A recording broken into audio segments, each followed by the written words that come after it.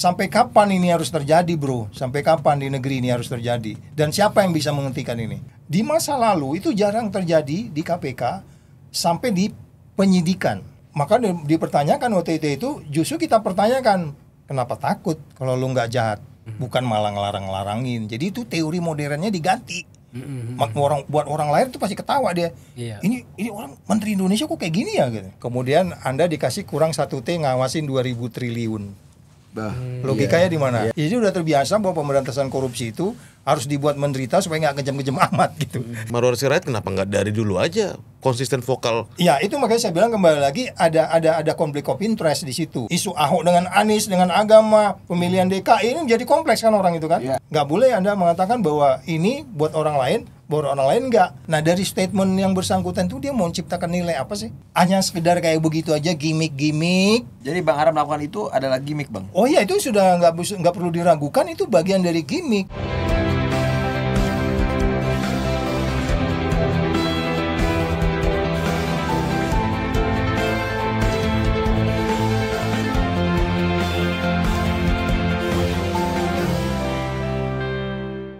Jadi teringat kasus Erlangga kita, Bang. Ya sama.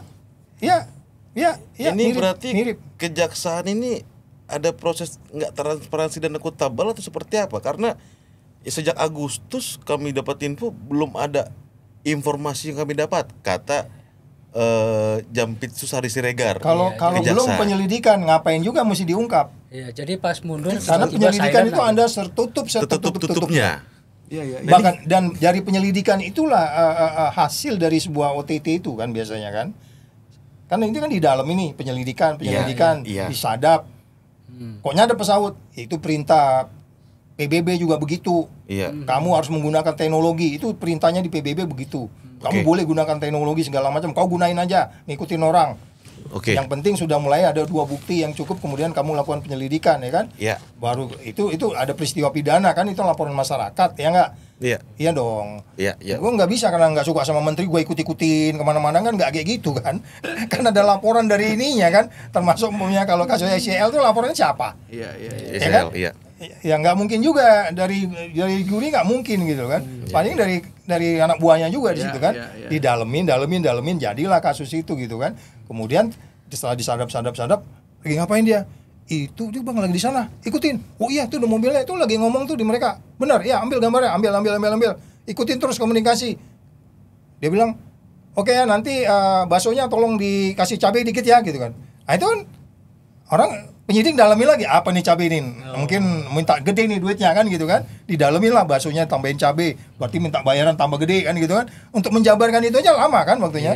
Akhirnya ketahuan lah OTT itu kan begitu. Ternyata benar dia minta biarayan lebih gede dan seterusnya. Nah, yang saya bilang tadi tertutup setertutup-tutupnya di penyelidikan dan terbuka seterbuka-bukanya di penyidikan itu kan kita campur aduk. Akhirnya itu digunakan hanya untuk bluffing orang, bergen orang. Sampai kapan ini harus terjadi, bro? Sampai kapan di negeri ini harus terjadi? Dan siapa yang bisa menghentikan ini? Dan balik lagi ke kasus potensi dugaan Erlangga Hartarto di kasus CPO minyak itu, di kejaksaan juga udah enggak. Ya. Gimana Bang? Kembali lagi, apalagi itu kan? Itu kan sudah informasi itu udah milik masyarakat kan? Padahal sebenarnya itu nggak boleh. Hanya boleh dijelaskan itu ketika dia udah TSK gitu kan? Kenapa itu bisa terbuka gitu? Kenapa itu bisa muncul seperti itu gitu? Ya kan? Agak aneh juga sih Pak. Ketika di periode lalu ketika mundur dari ketua umum Golkar, tiba-tiba kasus itu silent lagi. Gitu. Nah, itu kan common sense, karena kita hidup di Indonesia kan kita bisa menebak-nebak itu kan. Apa yang terjadi di situ kan gitu kan. Karena orang sudah bicara waktu itu jelas ada fakta ibu-ibu pusing minyak goreng susah dicari. Orang yang ekspor keluar, ekspornya dimainin karena harga CPO lagi tinggi di luar kan gitu kan. Karena di luar lagi musim dingin lah, musim apa segala macam kan. Perlu minyak CPO yang banyak. Jualin aja semua. Ya kan? Jadi kembali lagi itu kan sebenarnya sesuatu yang nggak sulit untuk diikutin, untuk dihitung kerugian negaranya berapa. Kalau dia mau kenakan pasal 2 atau pasal 3, penyalahgunaan wewenang di pasal 3-nya gitu. Jadi itu sudah menjadi pertanyaan kita, kok Justru belum di penyelidikan, nggak dituntut-tuntut, nggak disidik-sidik, tapi di penyelidikan kok muncul. Nah, itu yang saya bilang, logika-logika seperti itu harus kita mulai. Di masa lalu itu jarang terjadi di KPK sampai di penyidikan. Ingat waktu kemudian ada surat yang katanya lewat pagar segala macam itu. Dalam proses dulu itu ada surat penyidikan terhadap seseorang, aku nggak nyebut kasusnya ya. Nah, itu masuknya di proses penyidikan itu, yang diberikan oleh seorang ajudan katanya segala macam ya. Tapi di masa lalu tuh clear cut banget itu. Kalau enggak, OTT itu nggak akan pernah terjadi, bro. Kalau nanti OTT kan di prosesnya di penyelidikan sebenarnya, pendalaman itu kan dari pengaduan masyarakat kan. Benar. Nah di situ loh makanya saya bilang itu, orang bilang maka dipertanyakan OTT itu, justru kita pertanyakan kenapa takut kalau lu nggak jahat. Ya kan? Ngapain lu takut? Ngapain lu pusing? Lu larang-larang orang OTT. Tapi ketua Dewan Ekonomi Nasional kita sekarang nggak setuju tuh bang sama OTT bang. Pak Luhut bang. Gimana tuh bang? Itu kawan lu itu. Oh kawan lu. Kawan abang itu.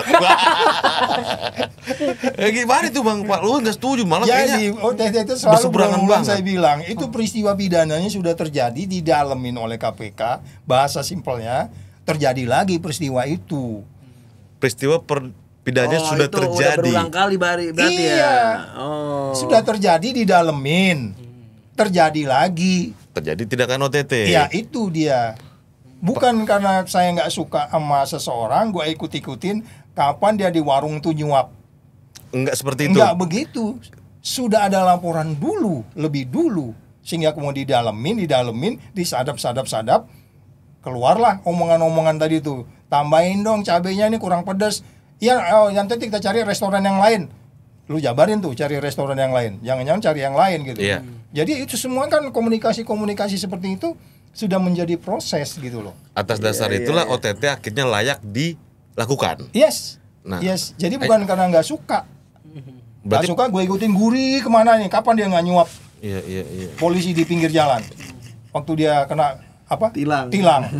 Terus gue potret, gue sebar-sebarin. Enggak. Guri ini udah terbiasa nyuap polisi. Gua ikutin lah dia, terbukti ternyata memang dia nyuap. Nah, ini dipotret di TikTok viral nih. Guri bicara. Itu contohnya gitu loh. Enggak, yang jadi pertanyaan bang, Pak Luhut kan paham soal ini harusnya. Dia nggak setuju di mana gitu proses OTT ini? Sebagai penyelenggara negara yang disebutnya good governance itu kan, Anda harus tahu yang namanya good governance itu kan yang disebutnya Anda harus transparan. Anda harus akuntabel, Anda harus bebas dari konflik of interest, Anda harus melindungi pemberantasan korupsi, Anda harus bahkan pencegahan, meningkatkan peran serta orang untuk memberantas korupsi, bukan malah ngelarang-larangin. Jadi itu teori modernnya diganti. Buat orang lain tuh pasti ketawa dia. Ini orang Menteri Indonesia kok kayak gini ya gitu. Oh iya dong. Iya benar. Mungkin kalau negara Afrika iya kayak di negara kita, tapi kalau negara lu Singapura, Eropa, yang udah maju, iya yang bangsanya yang cuma yang bisa lah katakanlah negara-negara apa namanya yang negara yang sudah berkembang di Eropa pasti beda kan? Masih ada pejabat ngomong kayak gitu ya? Ya itu. Ada keinginan. Jadi itulah perlunya teori, itulah perlunya keluar dari kandang ayam. Iya. Bang masuk ke ini, ke Bang Ara bang. Nah iya, ini segmen terakhir nih bang. Tapi udah mau selesai nih. Udah bisa makan belum kita. Nah, itulah dia. Bang kalau ini kan Bang Ara menteri yang pertama, yang kedua meskipun menggunakan uang pribadi, seharusnya KPK kan tersinggung bang ya ketika ada orang yang begitu ya. Iya nggak sih bang? Atau berterima kasih seharusnya bang KPK itu bang. Bikin sayembara untuk akhirnya menangkap sebagainya, sedangkan KPK sendiri punya anggaran yang berlimpah untuk melakukan proses-proses itu gitu bang. Nah, izin bang, pertanyaan dasar dulu. Anggaran KPK per tahun berapa sih bang? Nah, ya itu yang jelas waktu saya di sana nggak sampai 1 triliun. Oh, sedikit dong. Nggak sampai bro. Kalau setahu saya waktu saya di sana ya, nggak tahu sekarang. Waktu saya di sana seingat saya nggak sampai 1 T itu nggak sampai. Apakah ini menjadi alasan juga jadinya agak terkendala dalam penanganan kasus? Nggak tahu kalau sekarang berapa ya, tapi seingat saya waktu saya dulu nggak sampai segitu. 1,27 katanya. Sekarang bisa jadi nambah ya karena ada kenaikan. Kemarin naikin gajinya pimpinan kan ya. Iya. Nah kalau kembali ke pertanyaan tadi, pertanyaannya adalah Anda akan bisa memastikan seseorang itu yang disebutnya sebagai apa ya? Kalau di dalam media itu analisis konten teori gitu loh. Dalam media itu ada namanya analisis konten teori itu.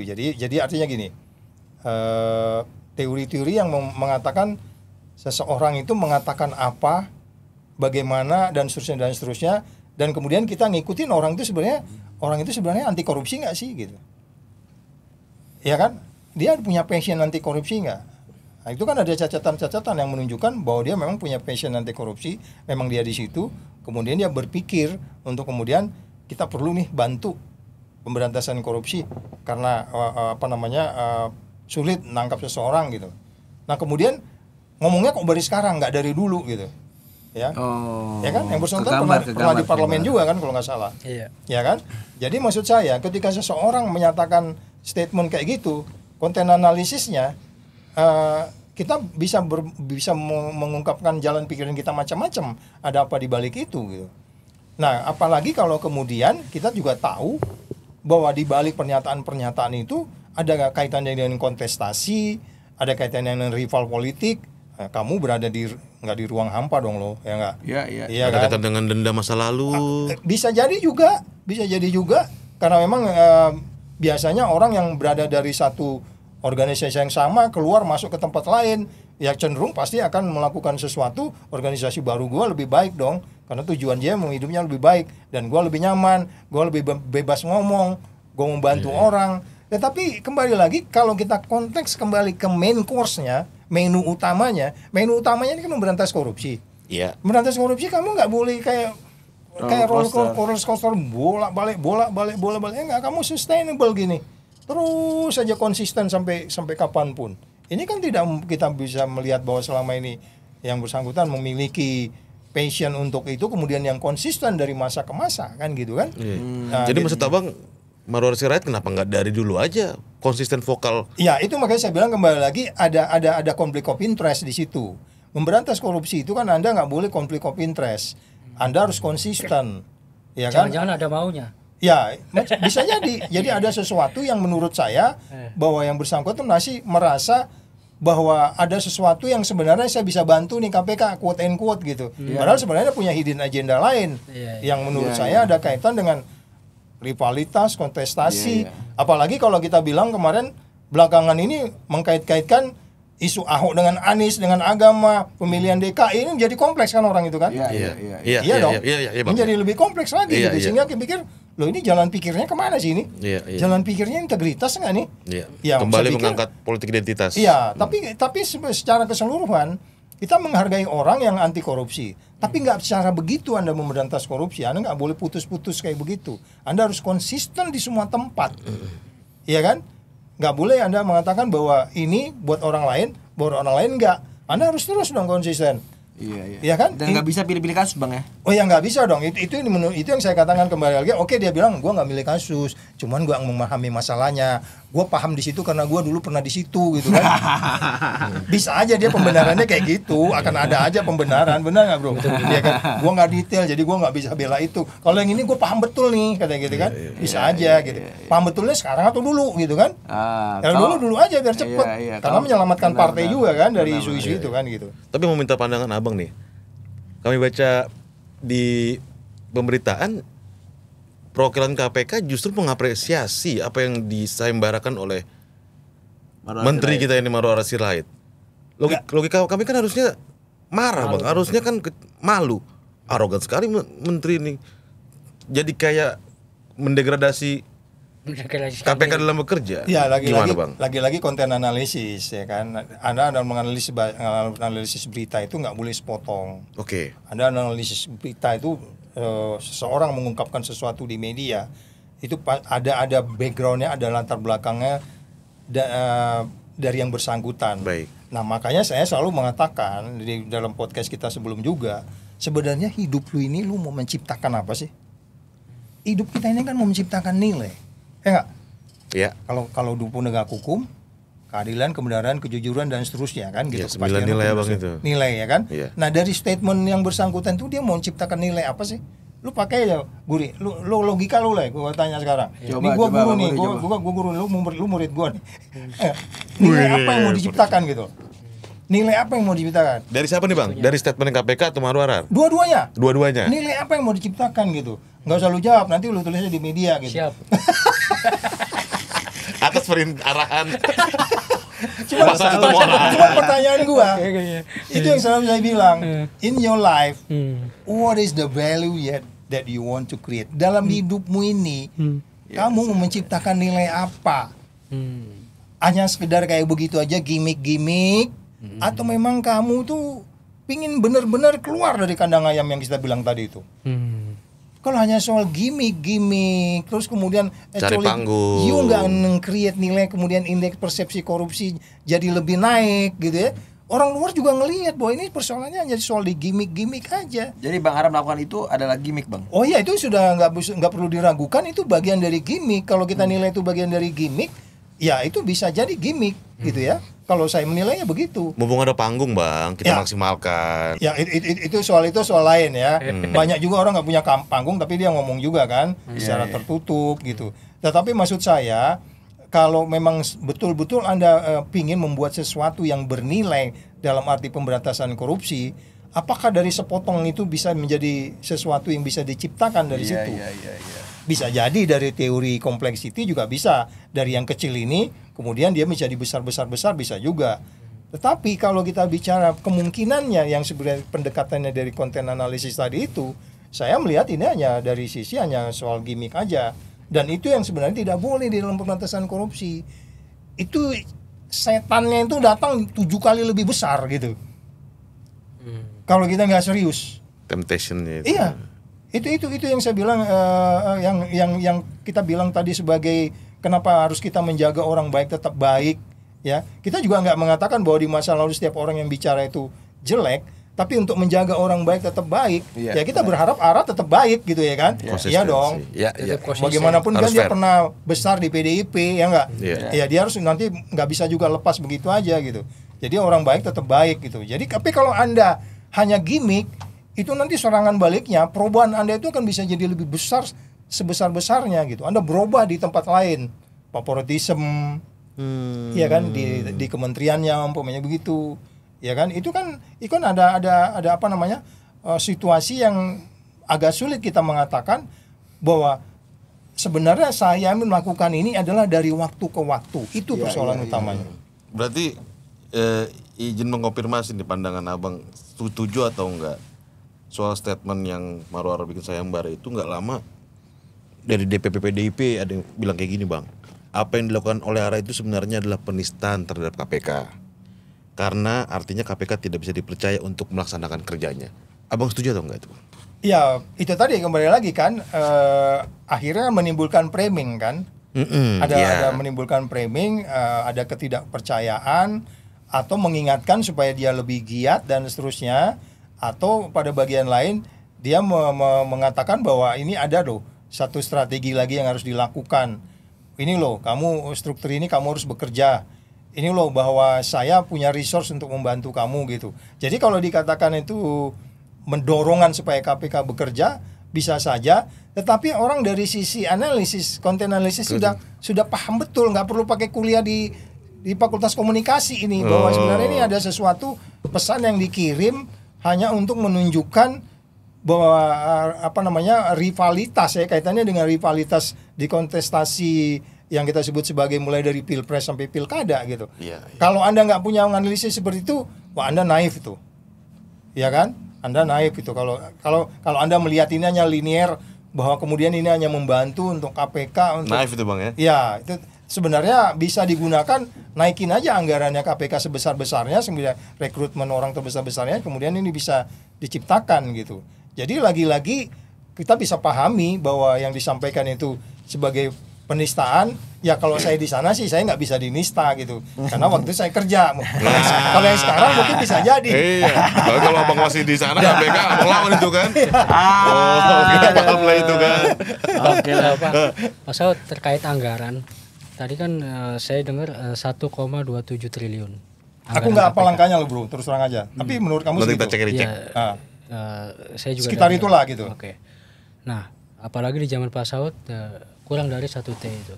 Nah sebenarnya cukup nggak sih Pak Saud untuk melakukan penyidikan itu kan pasti butuh biaya, apalagi di luar negeri untuk ini gitu. Nah itu menurut Pak Saud gimana soal anggaran ini? Cukup nggak buat KPK? Itu makanya kembali lagi logika, logika, nalar, pengetahuan, teori. Sekarang ini kan APBN kita 2.000 triliun lebih ya. Iya. 2.000 triliun. Itu 2025. Ya, 2.000 triliun sekitar itu ya. Kemudian Anda dikasih kurang 1 T ngawasin 2.000 triliun. Logikanya di mana? Iya. Ya kan? Sangat kurang ya, Bang. Kalau gue bilang ini kandang ayam juga termasuk. Oke. Jadi udah terbiasa bahwa pemberantasan korupsi itu harus dibuat menderita supaya nggak kejam-kejam amat gitu. Wah, ini bagus. Ya kan? Hah? Sistem tadi, Bang ya. Iya. Logikanya di mana? Makanya janji yang sebelumnya itu mengatakan gua akan naikin berapa kali lipat katanya? Atau saya naikin 100 kali lipat atau berapa puluh kali lipat, pegawainya saya tambahin gitu. Common sense-nya sangat jauh bro. Dari 2.000 triliun Anda dikasih kurang dari 1 triliun atau katakan 1 triliun ya. Nah itu makanya kalau teori-teorinya di tempat-tempat lain, saya lupa di Hong Kong ya, tapi mereka bilang perlu pakai persentase. Kalau gue punya 2.000 triliun APBN yang harus diawasin, lu kasih 10% untuk ngawasin 200 T. Ya artinya lu tinggal lihat aja kan, dari 20% pokoknya atau 10% atau 5% APBN-nya. Nah itu akan lebih terukur 200, dia. 400 T. Nah dari situ nanti kamu bisa ngukur kinerjanya, baru kita bisa tuntut dia. Lu gila lo, mesti nggak bisa jagain kayak gini aja. Lo nggak bisa pak, kita kurang apa? Teknologi, lu bangun teknologi. Berapa lu beli teknologi? Kan mungkin dia mau bangun teknologi, ngawasin PPATK, ngawasin berapa pajak yang masuk, ngawasin import yang masuk, ya kan? Nah sekarang kan kalau soal teknologi apa yang nggak ada di Indonesia? Betul. Iya kan? Udah Big data layak. sudah ada, AI sudah ada. Nah, itu kan harus digunakan. Nah tapi kan orang tanya uangnya dari mana Pak Saud? Kita cuma dikasih 1 T. Tapi sebenarnya kalau kita mau, sebenarnya kekuatan utama itu kan sebenarnya di human resource. Iya kan? Kalau memang teknologi kita nggak punya pun, kan yang lain bisa bantu. Kan ada fungsi trigger mechanism di situ. Kita bisa minta bantuan juga kepada semua instansi. Mana? Gue pengen tahu sebenarnya, lu gimana sih cara mutusin ini? Makanya lu tanya ke badan anggaran sana di DPR sana. Gimana sih caranya kamu menentukan dari Kementerian X itu dia mau beli apa aja? Bagaimana sih caranya? Beli apa mereka? Katanya mereka mau bangun jembatan. Kamu udah ngitung nggak jembatannya berapa meter, besinya dari apa? Loh kok detail gitu? Ya harus detail dong. Harus detail dong. Itu kan Anda membantu teknologi. Anda harus menghitung itu kan. Nah itu ada perlu resource kan. Perlu orang-orang teknik juga di KPK kan. Iya kan. Perlu peralatan-peralatan lain yang bisa memastikan bahwa kalau dia membangun food estate umpamanya. Food estate di mana lu bangun? Sana. pH-nya aja 4, lu gimana mau bangun food estate? pH itu kan kan asam banget tuh tanah pH 4 itu kan. Lu mau nah itu kayak gitu kan harus dipunyai. Ya kan dari situ bisa pasti bahwa ini pasti akan gagal ini. Karena untuk padi yang tumbuh atau kalau lu menanam mete aja mamanya paling enggak pH-nya mesti netral gitu kan. Di atas 7 gitu atau apa gitu. Jadi ini menurut saya yang saya pikir perlu kita pahami kaitannya dengan tadi itu anggaran tadi itu gitu. Ya. Berarti apakah setuju kalau berkesimpulan dari terkait anggaran tadi Presiden kita Prabowo demi komitmen pemberantasan korupsi dinaikkan, harus menaikkan anggaran KPK? Ya, Sopa sampai hari ini masih statement. Per hari ini ya. Masih statement. 29 ya? 29 November 2024 tuh as a matter of statement. Nanti kita tinggal menunggu aksi nyatanya. Ya, saya pasti bahwa mereka sedang menyusun strategi untuk itu. 100 hari pertamanya lagi-lagi walaupun dengan risiko tadi itu untuk khusus untuk KPK soal MK dan seterusnya ya mungkin bisa digunakan kejaksaan atau polisian tapi lagi-lagi kita berharap tidak hanya statement yang kemudian masih belum bisa dijalankan dengan pasti gitu. Kita menuntut sebagai warga antara kata dan perbuatan itu dari Presiden Prabowo. Ya, jangan diulang lagi kesalahan yang sebelumnya. Iya. Jangan diulang lagi kesalahan sebelumnya. Presiden sebelumnya, Pak. Statementnya terlalu banyak kan? Presiden sebelumnya. Iya. Statementnya kan banyak banget. Pak Jokowi maksudnya, Pak. Iya, statementnya kan banyak banget. Statementnya. Oke, luar biasa. Ada lagi Bang Naguri? Ya. Luar biasa, udah dalam banget ini paparan kita nih. Ini udah selesai nih. Oh, udah Bang Nah. Gue tadinya 1 jam lebih, tekan Pak. kontrak 3 jam. Kalau mau bayaran mancing, kurang nih. kalau mau mancing, pertanyaan terakhir nih Bang. Ini terakhir nih. Apa tuh? Firly Bahuri itu selayaknya lanjut kasusnya atau di stop Bang? Iya, kalau menurut saya lagi-lagi pemberantasan korupsi ini Pak, Anda harus hati-hati dan itu menjadi prioritas. Jadi kalau ada 1000 kasus yang 900 itu kriminal biasa, terus kemudian yang satu itu Kasus istimewa. kasusnya korupsi, Anda harus selesaikan yang korupsi ini dulu. Jadi pemberantasan korupsi itu harus diselesaikan duluan. Prioritas. Ya, karena dia membawa dampak yang dirusakkan semua. Tadi udah bisa cerita kan, Iya. bahkan kalau kamu nggak selesaikan ini, kamu akan berada di kandang ayam terus kan gitu kan. Sistemik. Apalagi Iya. dia sebagai mantan ketua. Apalagi kayak begitu, strong message yang kita mau kirim ke dunia internasional supaya indeks persepsi korupsi kita naik itu adalah dia harus mengutamakan itu. Dan kalau sampai dihentikan, aku nggak masuk di pokok perkaranya, aku nggak lihat kasusnya. Tetapi kalau memang sudah masuk di penyidikan, masa penyidikan kurang bukti kan gitu. Iya, iya. Berarti kan ini formil materialnya cukup kuat. Iya. Terus pertanyaannya, what happened? And what next? Pertanyaan berikutnya kan, kapan dong kayak gitu? Terkait Apa what yang next, berikutnya? Polda Metro akan jemput paksa atau Ya, masuk angin atau gimana menurut Abang? itu soal teknis saja, mereka mau lihat seperti apa, tetapi ciptakanlah manuver-manuver yang memastikan bahwa proses itu dilaksanakan dengan adil. Termasuk kemarin pra-peradilan sudah jalan, itu hak tersangka. Silakan, kan gitu kan? Jadi nggak boleh abuse. Kan saya udah bilang tadi, Abuse of power. lu kalau memberantas korupsi nggak boleh dengan dendam atau ngeledak-ngeledak gitu. Nah itu makanya saya bilang dari awal tadi, kita saking sayangnya kepada gubernur-gubernur ini, gua ajak dia ngunjungin penjara supaya nggak ada masuk penjara kan, ya kan? Ya ternyata keren tuh Pak Gubernur itu, aku nggak usah nyebut, kepilih lagi dia sekarang kan gitu kan?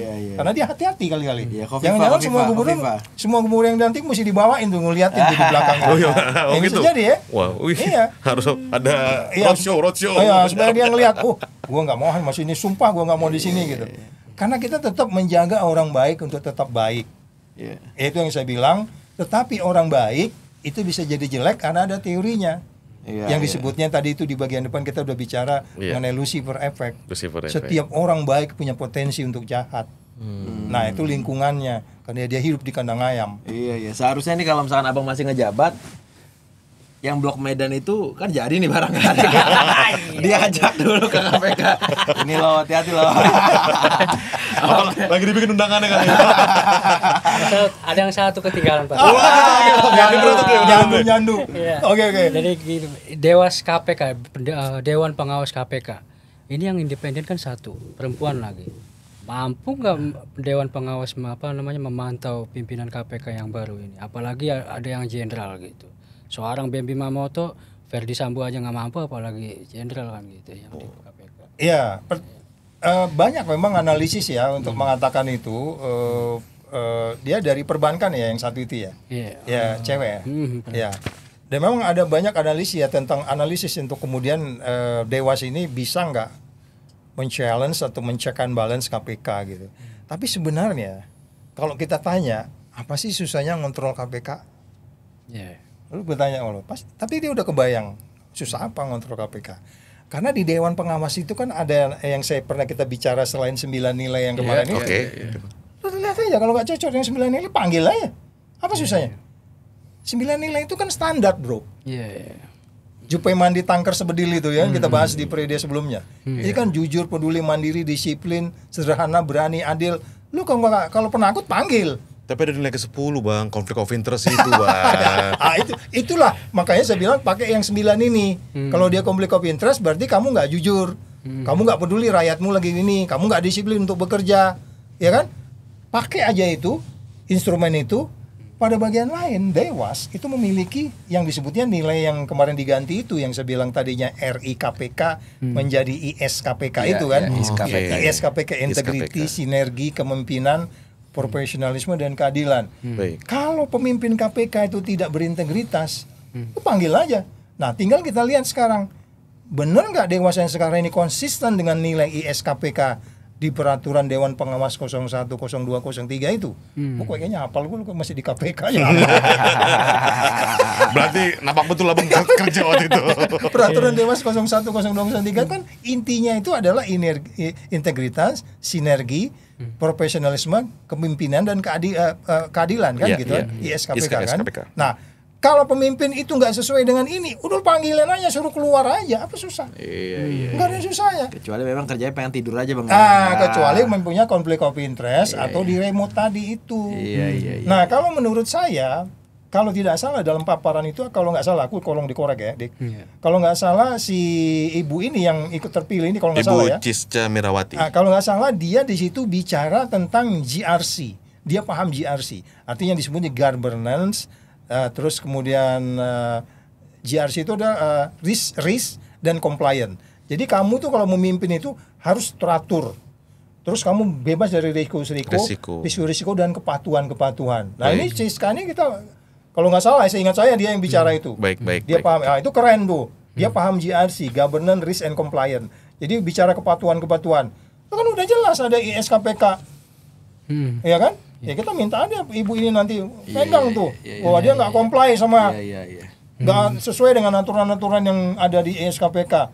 Apa susah untuk memberhentikan orang? Tinggal go gitu kan. Tinggal go. Jadi pertanyaan kemarin lagi, kita pun bisa di situ bro. Cuman kita nggak daftarnya kemarin, masa lu? Bukan gua. Kalau gua nggak mau, lu pun bisa di situ. Bisa. Cuma di SKPK ya. Saya enggak. Integrity, nggak berintegrity lah. Minta tiket dari mana itu mana berintegritas itu, iya kan? Nggak sinergi tuh, suruh pulang siapa itu? Endar atau Karyoto itu segala macam itu suruh pulang ya gitu ya. Itu kan nggak sinergi sama Kapolri gitu loh. Oke. Profesional gitu, nggak profesional dong. Masuk profesional main badminton segala macam. Gampang. Semua kita bisa di situ. Cuman mungkin nggak didukung aja kali gitu. Dan komitmen itu ya Bang. Ya, itu dia komitmen. Oke. Jadi bayaran gua nambah nih. Luar biasa. Terima kasih banyak Bang Saud Situmorang. Banyak banget yang kita bahas, daging-daging semua, harapan kepada KPK, terus juga soal independensi. Pada Pak Presiden Prabowo. Kepada Presiden Prabowo. Harapan kita ya. Harapan kita. Kita doain dia sehat lah. Amin. Dan soal perjuangan Abang dan kawan-kawan untuk kelanjutan kasus presiden sebelumnya, ya, semoga lancar tidak menemui masalah. Iya. Terima kasih, dan buat teman-teman Keadilan TV, demikian podcast bersama Bang Saud Situmorang. Silakan kirim komentar juga pandangannya. Tunggu kami di podcast berikutnya. Yang belum subscribe podcast Keadilan TV, YouTube Keadilan TV, silakan subscribe. Terakhir, salam persatuan Indonesia. Merdeka.